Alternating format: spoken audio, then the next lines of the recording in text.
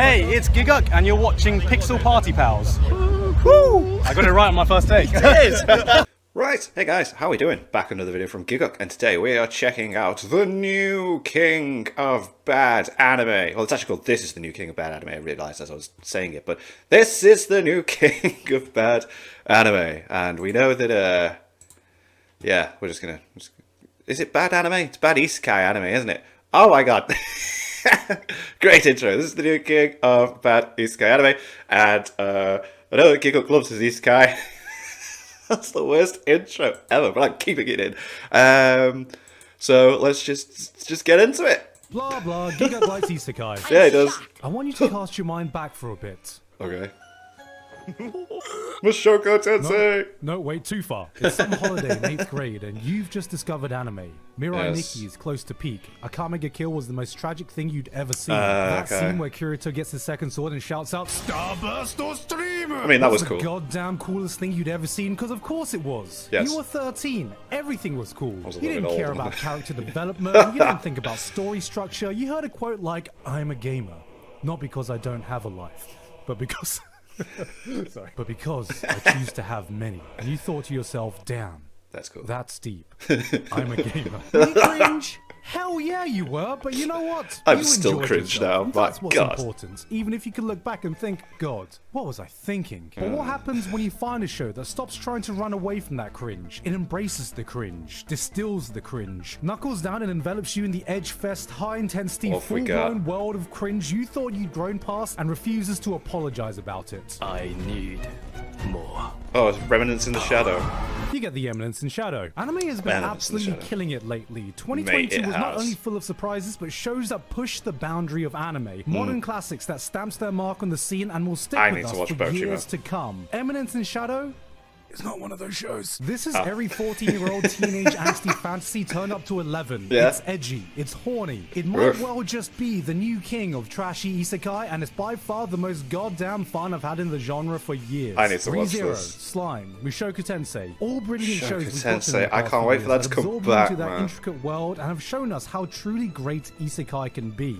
Yeah, like, oh, there they are. The world building, the characters, everything. ReZero. Jesus Christ, when that came back, I was a bit skeptical, but that was awesome. Mushoku Tensei just stayed awesome. It got a bit weird at the beginning, but yeah, we got over that. And that time we got reincarnated as a slime.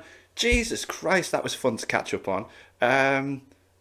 All three of these shows are awesome. If these three shows are the 3-star Michelin meals of isekai, this is Eminence in Shadow. And this is me. I want it all! Eminence in Shadow get me to embrace the cringe. Giga, do you fantasize about getting hit by a truck? Is this another case of me having isekai brain rot? No, okay, I haven't forgotten what good anime is. I still remember my best of 2022 anime list. I still remember Chainsaw Man. Speaking of- I know what you're thinking, but look, it's been one whole year since my last isekai video on this channel, and the tax has to be paid. White girls have true crime, Giguk has bullshit isekai. But contrary Nice. to popular belief, I don't just blindly recommend every trashy isekai that airs every season. And before you go, yo, that's cap. This is my face when I'm saying it. Look at this serious face. Do you see how deathly serious I am taking this? I would never mislead you on something like this. This is a show that won't go down as a classic of anime. It doesn't have a lot in common with the isekai greats like Mushoku Tensei. Eminence in Shadow is edgy, self-serving. Yeah. You see what happens in it, and it's like... Well, see, Mushoku Tensei is more like... The plot goes like this. Sid Kagano is Loving the cuts, all this. The edits are just so brilliant. Oh my the god. man obsessed with...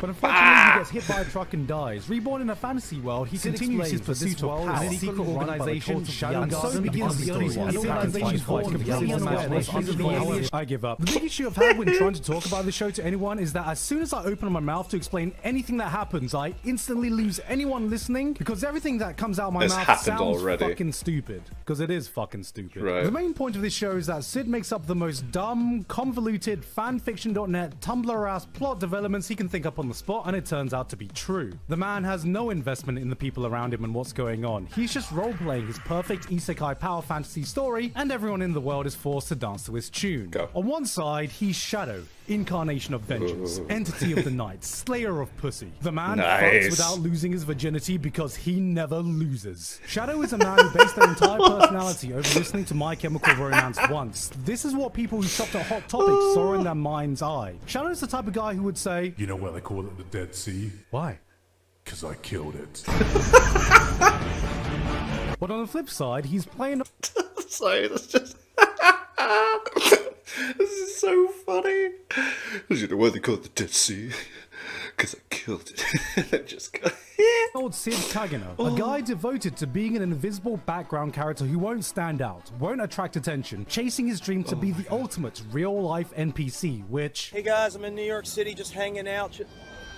Honestly, isn't that hard to do nowadays? The thing is, he will refuse to break character no matter what, and I really mean no matter what. His sister gets kidnapped and tortured, his school is the target of a terrorist attack, there are classmates getting murdered around him left and right, and the first thing that goes through his mind is, alright boys, it's NPC time. How can I give myself the most pathetic death possible? Whoa. As Shadow, he will literally commit to robbing a grand piano only to transport it to an underground cave so he can ominously play it with the lights beaming down for the ultimate edgelord look. Love it. The man is more dedicated to his role than Jake Paul is to playing an asshole. You could give Daniel Day-Lewis a run for his money in his commitment to method acting. Oh, okay, so this is like a parody of Isekai? Kinda. Comedy is subjective. Okay, here we Is go. a phrase people use when they're about to say they don't find something funny. Right, Eminence of Shadow yeah. has some decent jokes here and there, though it can be hit or miss. Sometimes it'll do this thing where it will spell out this overused trope and pass it off as a joke, which is something I've always despised, but sometimes it can play around with our expectations in amusing ways. We've all watched that scene where the main character accidentally goes in the hot spring, sees the girl, Yes. she goes, gets angry, blah blah blah. Alright, here's what happens with Sid. Barges into hot spring. It's the girl's hot spring. Doesn't acknowledge the girl. Flexes his pee-pee. Refuses to elaborate further. Leaves.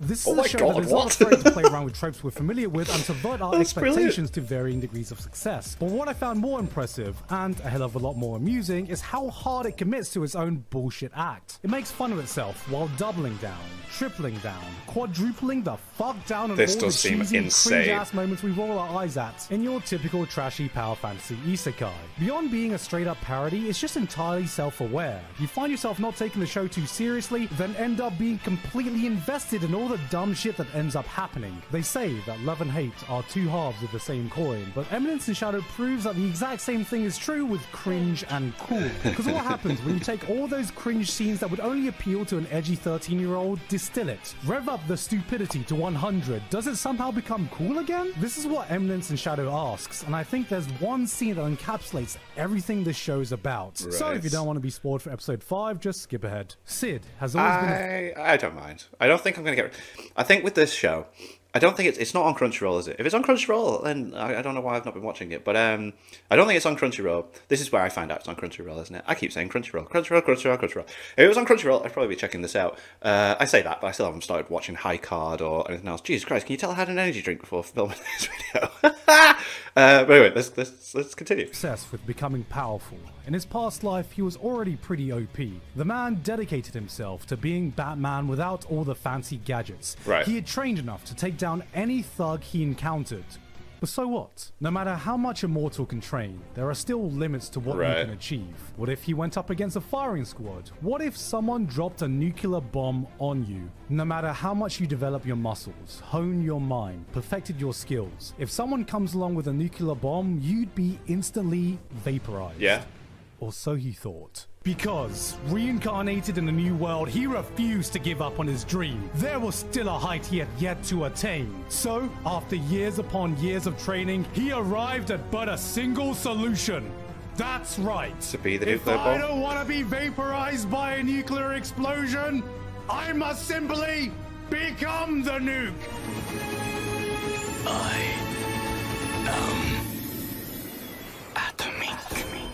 Wow, that sounds dead cool. Wow. Oh my god.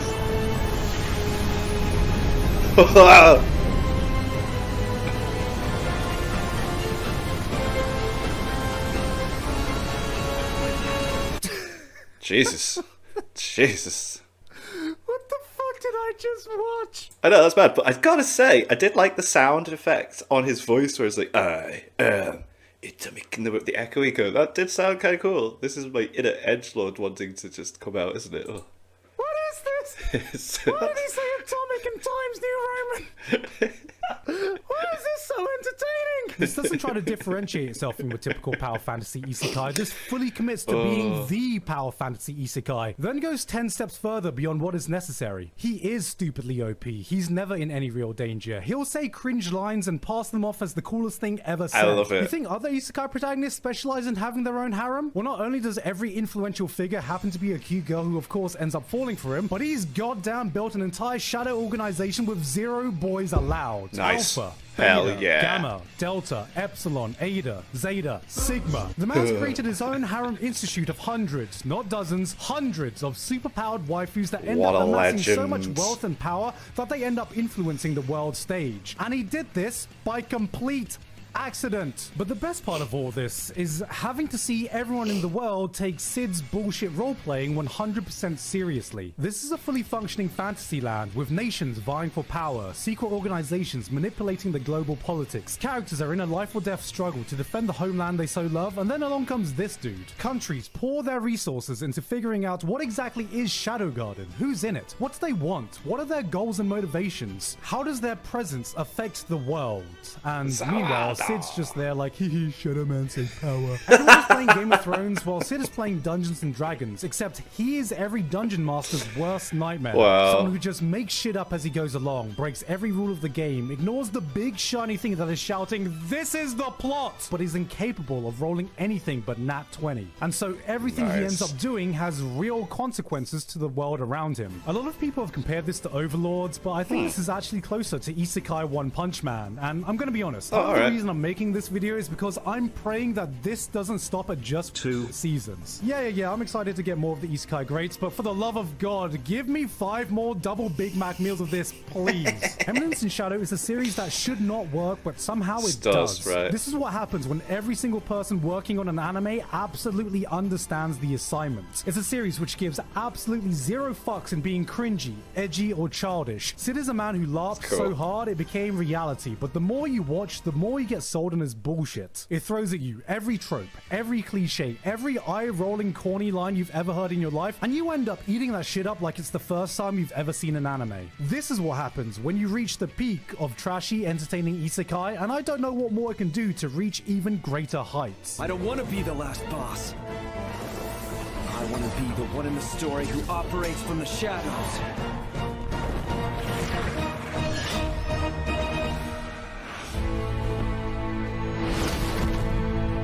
The Eminence in Shadow. Okay, now it's perfect. He said the thing. What the fuck was that? Hey guys, hope you enjoyed that video. Thank you very much this month to Alpha Sigma, Author Curtis XD, Basil, like one of Dysfunctional Degenerate, thingies, Flabberwocky, Ivido, Lavados, Mikasa12315, Payne Patchett, Pony Stark, Walter Guy Pony and everyone else, my Stark. Love Patreon, it. for helping to support me for this month and making this video possible. Yes guys, it had to happen, okay? You knew I needed to pay the yearly Isekai tax. Hell And you know yeah. what more perfect season to catch up with all the Isekai than this winter season? Which, I gotta be honest, is a little bit slower than fall, but hey, I'm not complaining. At least I get to catch up with all the anime that I wanted to. If you ask me why I didn't watch Fullmetal Alchemist, I'm banning you from the channel. Anyway, though, guys, that's it from me today. No further updates. I've been Giguk, and I'll see you all next time. I mean, yeah, I have been using this season to kind of catch up on stuff. Like, I finally finished 86 and then watched Mother's Basement's video on it, which was cool. Vinland Saga. I watched all of Vinland Saga. Made in Abyss is on the list. Yeah. This was fun.